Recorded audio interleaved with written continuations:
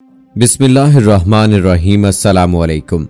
इल्म की बात की नई वीडियो के साथ राव कमर रिजवान तमाम दोस्तों को खुशामदीद कहता है। दोस्तों, आज की इस वीडियो में हम आपको बताएंगे रसूल पाक सल्लल्लाहु अलैहि वसल्लम के बचपन और उनके आखिरी अय्याम के हवाले से आज की वीडियो में बात करेंगे। सो हमारी इस वीडियो को आखिर तक जरूर देखिएगा और अगर आपने अभी तक हमारा चैनल इल्म की बात सब्सक्राइब नहीं किया है तो अभी सब्सक्राइब करें और साथ में बेल आइकॉन को जरूर प्रेस करें ताकि लेटेस्ट अपलोड होने वाली हमारी वीडियोस का नोटिफिकेशन आपको बर वक्त मिलता रहे। दोस्तों, अल्लाह ताला ने अपने महबूब आखिरी नबी हजरत मोहम्मद सल्लल्लाहु अलैहि वसल्लम को ऐसी सिफात से नवाजा जिसकी अजल से लेके अब तक कोई नजीर नहीं मिलती। रसूल पाक सल्लल्लाहु अलैहि वसल्लम अपनी आला सिफात और खूबियों की बिना पर बचपन ही से अरब के बाकी बच्चों से जुदा दिखाई देते थे। आप सल्लल्लाहु अलैहि वसल्लम अपने बचपन में बाकी बच्चों की तरह खेल कूद में वक्त सर्फ नहीं करते थे, बल्कि छोटी उम्र से ही संजीदगी और मतानत आप सल्लल्लाहु अलैहि वसल्लम की आंखों से आया थी। लिहाजा आप ज्यादा वक्त गौर व फिक्र में सर्फ करते थे और कायनात के रमूज पर गौर फरमाया करते थे। आप सल्लल्लाहु अलैहि वसल्लम के वालिद का इंतकाल आपकी विलादत से पहले हो चुका था। आप सल्लल्लाहु अलैहि वसल्लम यतीम थे, बाप के साई से महरूम थे। अभी इस यतीमी का शऊर हो ही रहा था कि माँ भी दागे मुफारकत दे गईं। आप सल्लल्लाहु अलैहि वसल्लम की वालदा के इंतकाल के बाद दादा अब्दुल मुत्तलिब ने आप सल्लल्लाहु अलैहि वसल्लम को सीने से लगाकर परवरिश करने का इरादा बांध लिया, मगर अल्लाह को कुछ और ही मंजूर था। आप सल्लल्लाहु अलैहि वसल्लम की अभी उम्र 8 साल ही थी कि दादा भी चल बसे। दादा का गम माँ बाप से भी ज्यादा था, क्योंकि आप सल्लल्लाहु अलैहि वसल्लम जिस उम्र में थे उसमें शऊर बेदार हो रहा था। जज्बातों एहसासात में वुसअत आ रही थी, नवाजिश और प्यार को महसूस कर रहे थे। दादा की वफात पर दिल गम से चूर हो गया, आंखों से आंसू जारी थे। दादा की वफात के बाद आप सल्लल्लाहु अलैहि वसल्लम अपने चचा अबू तालिब की सरपरस्ती में आ गए। चचा अबू तालिब आपसे बेपनाह प्यार करते थे। एक दफा आप सल्लल्लाहु अलैहि वसल्लम अपने चचा अबू तालिब के साथ शाम के तजारती सफर पर रवाना हुए। उस वक्त आप सल्लल्लाहु अलैहि वसल्लम की उम्र 12 साल थी। शाम की सरजमीन पर पहुंचकर वहां के एक मशहूर शहर बसरा में पड़ाव डाल दिया। बसरा में बहिरा नामी एक रागिब था। उसके गिरजाघर के पास ही एक सायादार जगह थी। कुरैशी ताजर जब भी बसरा जाते वहीं इस दरख्त के नीचे ठहर जाते। ये काफिला भी इसी जगह ठहरा। कोई ज्यादा देर नहीं हुई थी कि एक कासिद बहीरा का पैगाम लेकर आया कि आप लोगों को बहीरा ने खाने पर दावत दी है। बहीरा ने इससे पहले इन लोगों को कभी किसी किस्म की दावत नहीं दी थी, लिहाजा काफिले के लोग हैरान हो गए। हर हाल में दावत कबूल कर ली गई और कासिद की रहनुमाई में रवाना हो गए, मगर मोहम्मद सल्लल्लाहु अलैहि वसल्लम नहीं गए, क्योंकि आप सल्लल्लाहु अलैहि वसल्लम उस वक्त बच्चे थे।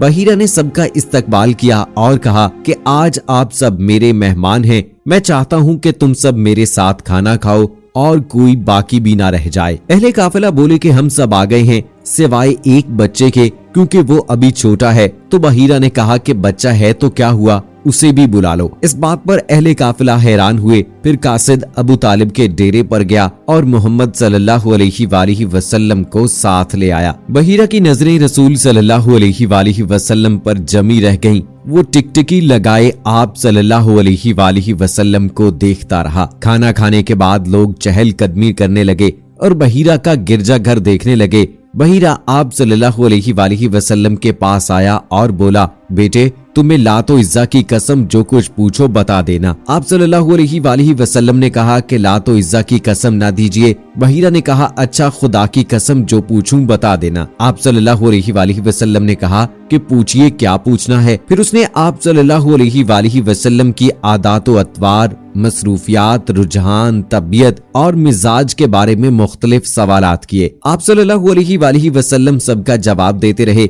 इतने में अबू तालिब आ गए तो बहीरा ने उनसे कहा कि बच्चा क्या लगता है तुम्हारा। अबू तालिब ने कहा कि बेटा। बहीरा बोला, ये कैसे हो सकता है, ये तुम्हारा बेटा नहीं है। उस लड़के का बाप जिंदा हो मुमकिन नहीं है। राहिब की बात सुनकर चचा अबू तालिब दंग रह गए। अबू तालिब ने कहा कि हाँ ये मेरा भतीजा है। बहीरा ने कहा कि और इसका बाप। अबू तालिब बोले, अभी ये पैदा नहीं हुआ था कि इसके बाप का इंतकाल हो गया। बहीरा ने कहा कि तुमने सच कहा, अपने भतीजे को घर ले जाओ और यहूदियों से बचा कर रखना। खुदा की कसम, अगर उन्होंने इसे देख लिया और जिस हद तक मैंने पहचान लिया है, अगर वो पहचान गए तो इसकी जान के पीछे पड़ जाएंगे। तुम्हारा ये भतीजा एक अजीम इंसान बनेगा। फिर वो वापस हो गया और ज़ेरे लब कहता जा रहा था कि मेरा अंदाजा बिल्कुल सही निकला। इसी तरह जब आप सल्लल्लाहु अलैहि वसल्लम अपनी रज़ाई माँ हजरत हलीमा के घर रहाइश पजीर थे, तो तब भी बीबी हलीमा ने आप सल्लल्लाहु अलैहि वसल्लम को इतना जान लिया था कि आप कोई आम बच्चे नहीं हैं, क्योंकि जब से आप सल्लल्लाहु अलैहि वसल्लम बीबी हलीमा के पास आए, बीबी हलीमा के घर में मौजज़ात की बरसात हो गई थी। रसूल पाक सल्लल्लाहु अलैहि वसल्लम तमाम बच्चों से मुख्तलिफ तबीयत के मालिक थे।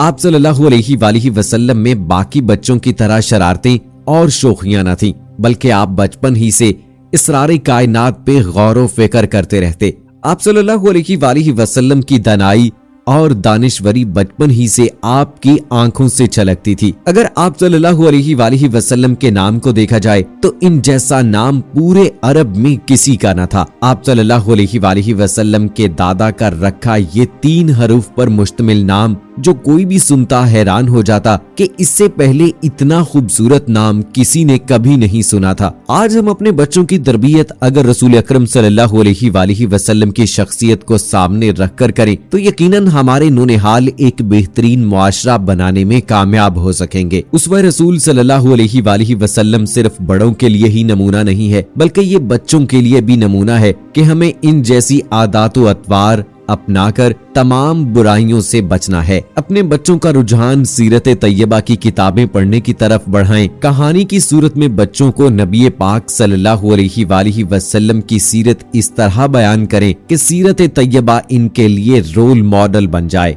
दोस्तों, रसूल पाक सल्लल्लाहु अलैहि वसल्लम के विसाल से 3 रोज पहले जबकि हजूर अकरम सल्लल्लाहु अलैहि वसल्लम उम्मुल मोमिनीन हजरत मैमूना रज़ियल्लाहु ताला अन्हा के घर तशरीफ फरमा थे, इरशाद फरमाया कि मेरी बीवियों को जमा करो। तमाम अज़वाज मुताहरात जमा हो गईं, तो हजूर अकरम सल्लल्लाहु अलैहि वसल्लम ने दरियाफ्त फरमाया, क्या तुम सब मुझे इजाजत देती हो कि बीमारी के दिन मैं आयशा रज़ियल्लाहु ताला अन्हा के यहाँ गुजार लूं? सब ने कहा, ए अल्लाह के रसूल, आपको इजाजत है। हजरत आयशा सिद्दीका रज़ियल्लाहु ताला अन्हा फरमाती हैं कि मैंने अपनी जिंदगी में किसी का इतना पसीना बहते नहीं देखा जिस तरह रसूल पाक सल्लल्लाहु अलैहि वसल्लम को पसीना आ रहा था। फिर फरमाती हैं, मैंने रसूलुल्लाह सल्लल्लाहु अलैहि वसल्लम के दस्ते मुबारक को पकड़ा और उसी को चेहरे अक़दस पर भेज दी, क्योंकि नबी सल्लल्लाहु अलैहि वसल्लम का हाथ मेरे हाथ से कहीं ज्यादा मोहतरम और पाकीज़ा था। इसी असना में मस्जिद के अंदर हजरत सल्लल्लाहु अलैहि वसल्लम के बारे में खौफ की वजह से